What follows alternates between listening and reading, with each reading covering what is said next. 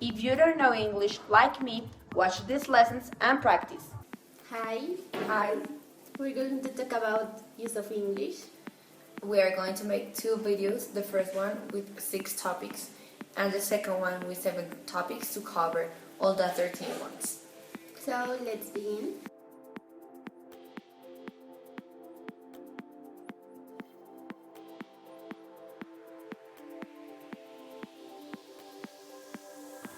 Our first topic is phrasal verbs.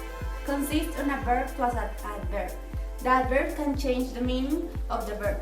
They form one complete semantic unit because the words that comprise a phrasal verb together describe one action.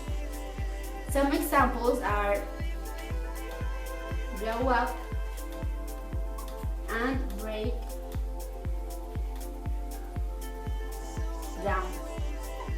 Blow up refers to explode,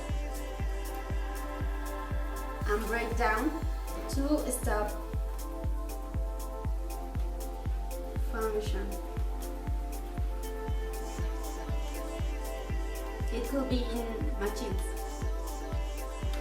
Our second topic is collocations.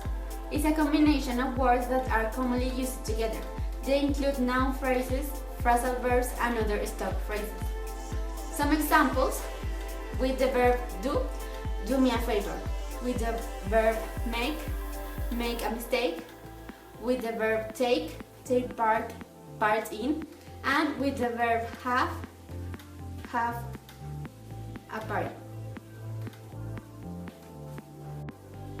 Our third topic is tenses, in which we can find present, that is divided in simple, progressive, perfect, and perfect progressive. Simple is an habitual action or generalization. An example is I visit my uncle every Friday. Progressive refers to near future, at the moment. One example is I am working on my computer. Perfect is a past action that has the result in the present. Another example is I have been to Italy. She has read that book. And finally, perfect progressive, that started in the past and has continued up until now. An example is he has been sleeping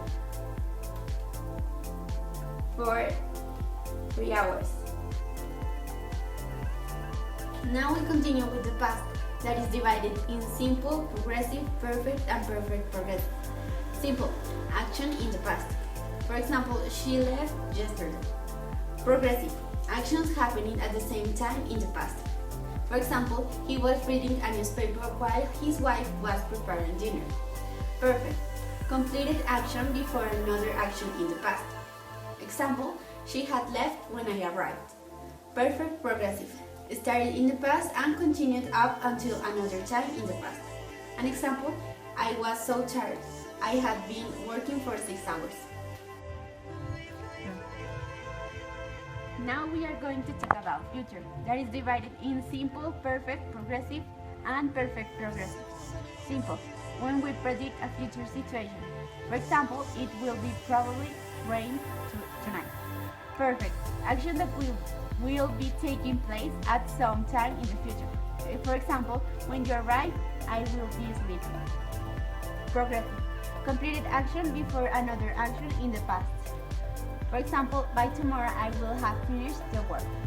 And perfect progressive show that an action will continue up until a particular event or time in the future.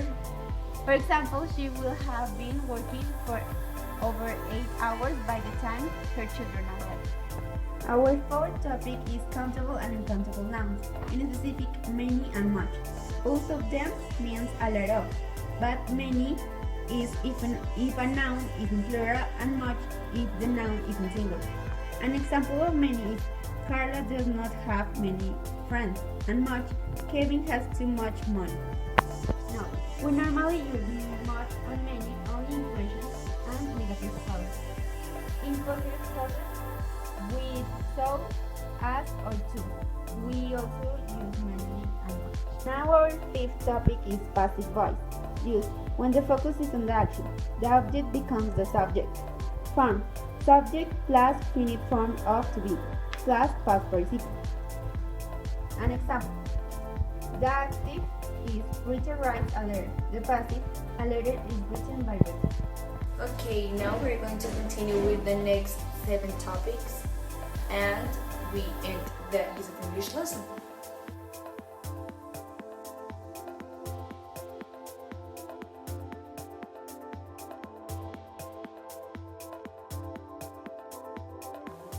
Okay, this is the second part of Use of English lesson. Our first topic is prepositions. Prepositions are short words like on, in, to that usually stand in front of nouns, sometimes also in front of gerund nouns. We can divide prepositions into time and place, position and direction. In time we can find on, in, at and by. On, we can use it on days of the week like on Monday. In with months, years, on time of the day. In August, in 2006, in the morning. At, for the night, for the weekend. At night, at the weekend. And by, up to a certain time. I'll be back by 6 o'clock. The second one is place, position and direction. Also we can find on, being on a surface, like the picture on the wall. In, room, building, street, in the kitchen. And finally at, for events, at the cinema. Okay, our second topic are the conditional, all types. First of all, they describe the result of something that might happen in the present or future, or it might have happened but didn't in the past. It had 4 parts: zero conditional, first conditional, second conditional, and third conditional. Zero conditional is if plus present simple, comma, present simple. Example: if you add 2 and 2, you get 4. Second, first conditional. If plus present simple, will plus infinitive. If it rains later, we will stay at home. Third, second conditional. If plus past simple, comma, would plus infinitive.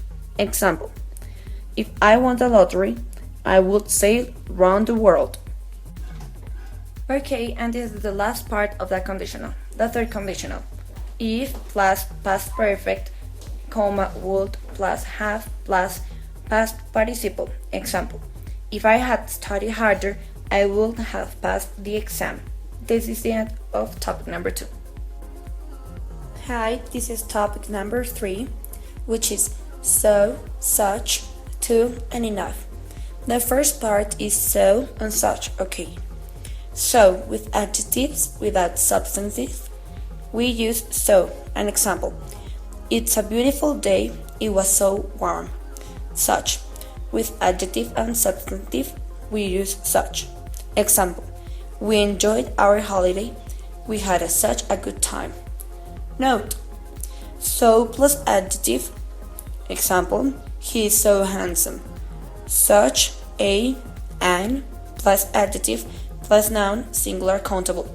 He is such a handsome boy. Such plus adjective plus noun, plural countable or uncountable. They are such handsome boys. And this is the final of topic 3, which is enough. It is always used after adjectives or adverbs modifying. For example, I arrived early enough. It can also be followed by to plus a verb. For example, he isn't old enough to drive. Finally, if used with nouns, it means good /s. It is always before. For example, there is not enough chairs, there is not enough light.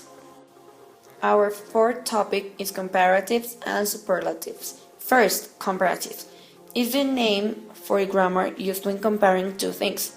The 2 basic ways to compare are using as, or than. She is twice as old as her sister. This computer is better than that one.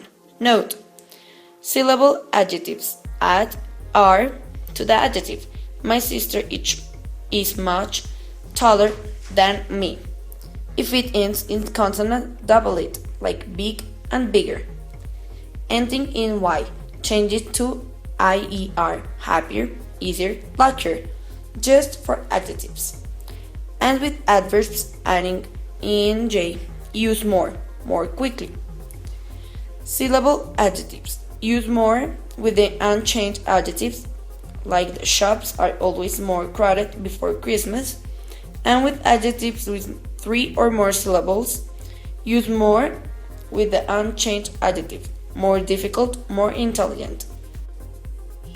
Now the superlatives. Talk about one thing only and how it's the best or the worst. Do not compare two things. Note: syllable adjectives add est. She is the tallest in the family. Alaska was the coldest place I have ever visited. If it ends consonant, vowel, consonant, double the last consonant, big to bigger. Ending in Y, transform it to IEST plus the. Happiest, easiest with adjectives, and the most quickly with adverbs. Two syllables adjectives. Use the most with the unchanged adjective, the most boring, the most careful. Adjectives with 3 or more syllables, use the most with the unchanged adjectives, the most difficult, the most intelligent, the most enjoyable. Two common irregular comparatives and superlative form: good, better, to the best, bad, worse, to the worst. This is the end of topic 4. This is topic number 5, which is question tags. Sometimes in English we use finishing sentences with other short sentences which intend to ask the opinion or seek approval. Are equivalent to right, is not it, no, is not it, really? Example: you admit, don't you? It means you admit, right? If you don't have an auxiliary, then use the auxiliary to do. If the prayer is affirmative, the question tagline is negative, and vice versa. Positive: you worked yesterday, didn't you? Negative: you are not from here, are you? Note: to have got, they have got a dog, haven't they? To have, they have a dog, don't they? To be: I'm not wrong, am I? I am wrong, aren't I? This is topic 6, modal verbs or modals. They are auxiliary verbs that cannot function as main verb, unlikely auxiliary verb be, do, and have. They can express ability, possibility, necessity, and other status. Some examples can be can, which indicates skill or ability. I can speak 5 languages. In interrogative sentences, it may show the require of permission or inquire about possibilities. I can have a glass of water. Can you help me? Second example, might indicate possibilities in the present future, synonymous of may. I will bring an umbrella, it might rain later. Should indicate obligation or recommendation, reflects an opinion. I should call my parents more often. Should we leave a tip? And this is the last topic of the second lesson, which is articles. This is divided in definite and indefinite. Definite define a name and are always located in front of the name, have no gender or plural form. For example, the boy, the book, the girls, the tables. It may be preceded by a preposition of or to. Example, the days of the week, I'm going to the garden. Second, indefinite. A and an have the same meaning, indicate something or someone in singular. An is used in names that begin with a vowel, like an animal, an umbrella. And is used with names that begin with a consonant, a book, a pin, a chair. Exceptions: use a before words beginning with you and EU, like a university, a euro. Use an with words with H, but only when this is not pronounced, an hour, a hospital.